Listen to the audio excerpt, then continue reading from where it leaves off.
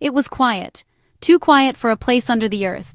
People imagine caves are filled with echoes, drips, a constant symphony of underground life. But sometimes, you find a chamber that has absorbed all sound. The air is thick and heavy, pressing in on your eardrums, until the only thing you can hear is the frantic, muffled thud of your own blood. It is a silence that feels older than anything on the surface. A silence that has been waiting for a very long time. It is not empty. It is full of a deep, patient stillness that watches you. Caves promise secrets. They look like doorways to another world, untouched by sun and wind. But as you move away from the mouth, the world changes entirely. The tight spaces are where the mind begins to break. The walls feel like they are breathing with you, moving in and out with every exhale. You have to move on your hands and knees, your pack scraping against the rough stone above. The sound is grating, a constant reminder of how little room you have. Cold, damp air breathes on the back of your neck from unseen cracks in the rock. In these tight passages, your body is no longer your own. The cave dictates every movement, slowing you down, forcing you into uncomfortable, unnatural positions. Your heart beats faster, a frantic drum against the silent stone. Claustrophobia is a primal fear. Sound behaves differently underground. It travels in strange and unpredictable ways, bouncing off unseen surfaces, echoing through hidden chambers. A single drop of water falling into a pool can sound like a footstep just around the corner. The sound is crisp and clear, so real that you stop and hold your breath, listening for it to come again. It is just water, you tell yourself. But in the deep silence, your mind is not so sure. The cave plays with echoes, turning innocent noises into threats. The wind makes its own language in the dark. Sometimes you hear a hollow, rhythmic knocking from deep within the rock. Then, as suddenly as it started, it stops, leaving you in an even deeper silence. Caves are cold. It's a simple, obvious fact, but one that's easy to underestimate. This isn't the crisp, invigorating cold of a winter morning. This is a profound, ancient cold, a chill that has settled deep into the rock over millennia, far from the sun's reach. They are also relentlessly wet. The air is heavy with moisture, a constant, clinging humidity that coats every surface. The temperature underground often remains stable year-round, a seemingly gentle constant. But this stability is deceptive. The cold is deep, a pervasive presence that doesn't just touch your skin, it seeps into your bones. Water is the agent of this cold. It is the Earth's circulatory system, and down here, its blood runs ice cold. It drips from the ceiling, a maddening rhythmic percussion in the immense silence. It runs in thin, glistening sheets down the walls, tracing paths carved over eons. It pools on the floor, creating dark, mirror-like surfaces that hide the true depth below.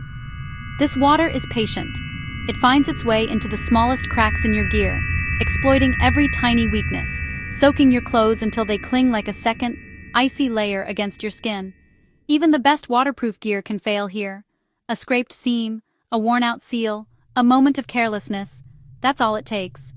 Once you are wet, the cold is no longer just an inconvenience. It becomes a serious, life-altering threat. Hypothermia can set in faster than you think. It starts with shivering, the body's desperate, violent attempt to generate heat. It's a primal alarm bell, a signal that your core temperature is dropping to dangerous levels. But the body can only fight for so long. Then, the shivering stops. This is not a sign of recovery. It is a sign of surrender. Your thinking slows, becoming clouded and confused. Simple decisions become monumental tasks. A strange, dangerous warmth might even spread through you, a final, cruel trick of a failing mind.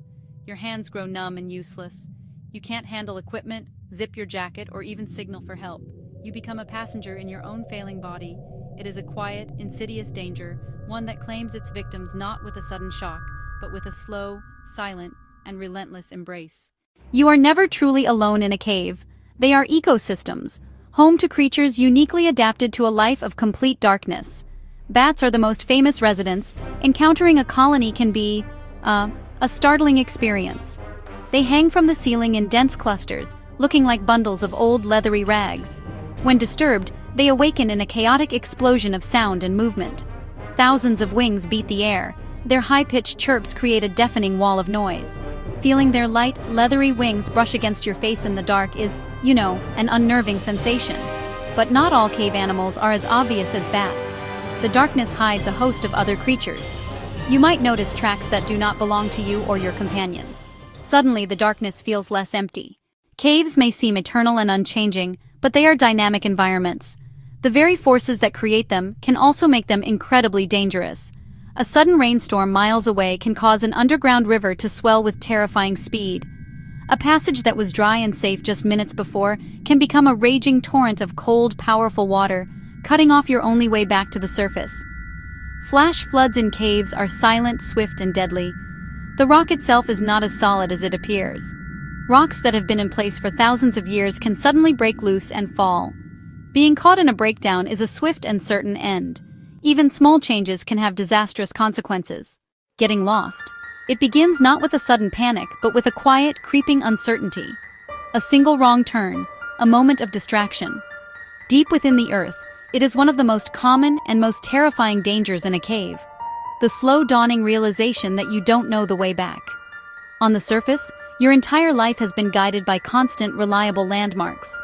The predictable arc of the sun, the fixed points of the stars, the unmistakable shape of the horizon. These are the anchors of your perception. Underground, you have nothing.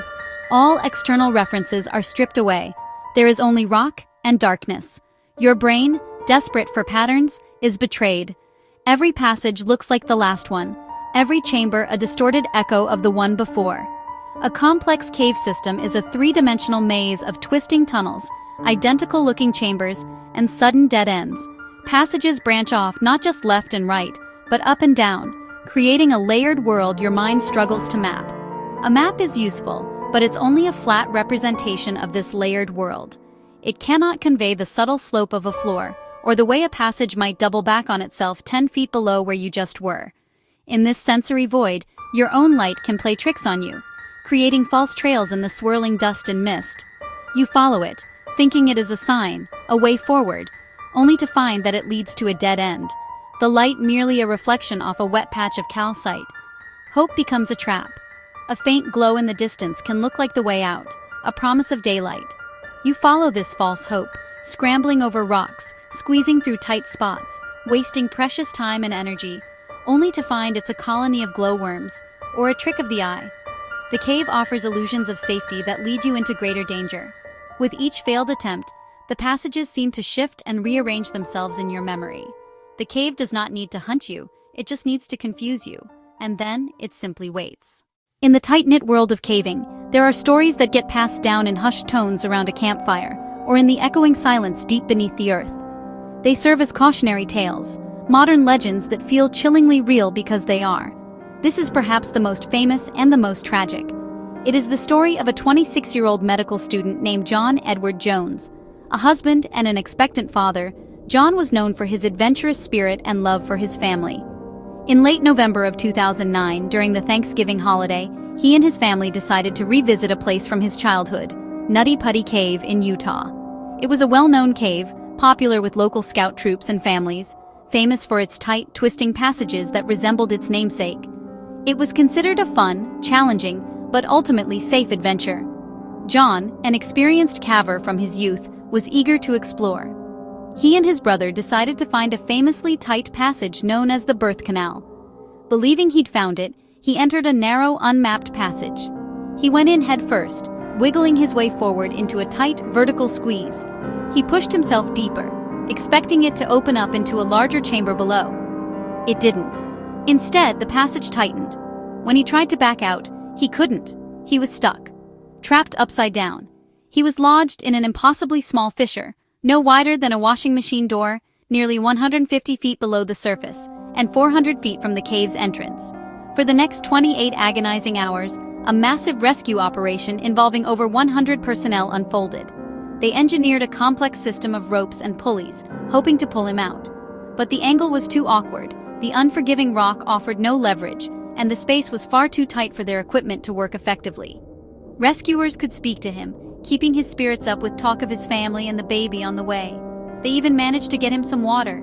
But hope began to fade as the hours wore on. His body, under immense strain from the inverted position, was beginning to succumb to the pressure.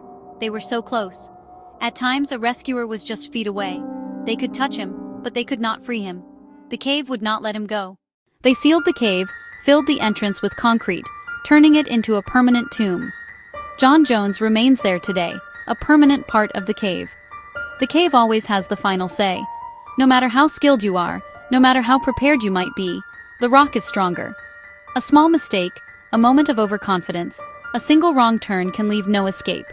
The cave is not evil. It is just rock. That indifference is what makes it terrifying. It will not negotiate, it will not yield, it simply is. And sometimes, it keeps what it takes.